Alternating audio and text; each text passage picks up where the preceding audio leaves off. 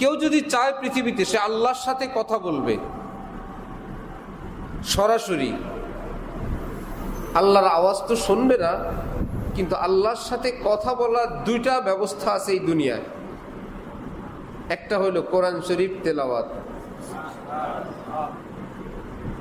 কোরআন শরীফ তেলাওয়াত করা মানে আল্লাহর সাথে কথা বলা। আরেকটা হলো মুনাজাত। মুনাজাত শব্দের অর্থ কানাকানি করা, কানে কানে বলা। একা একা বলা যায় ভাই? কানে কানে বলা, নিজের কানে নিজে বলেন, আরেকজনের কানে। তিনি কে? সুবহানাল্লাহ। মুনাজাত অর্থ কানে কানে চুপে চুপে বলা। কাকে বলতেছে? বান্দা চুপে চুপে আল্লাহকে বলতেছে।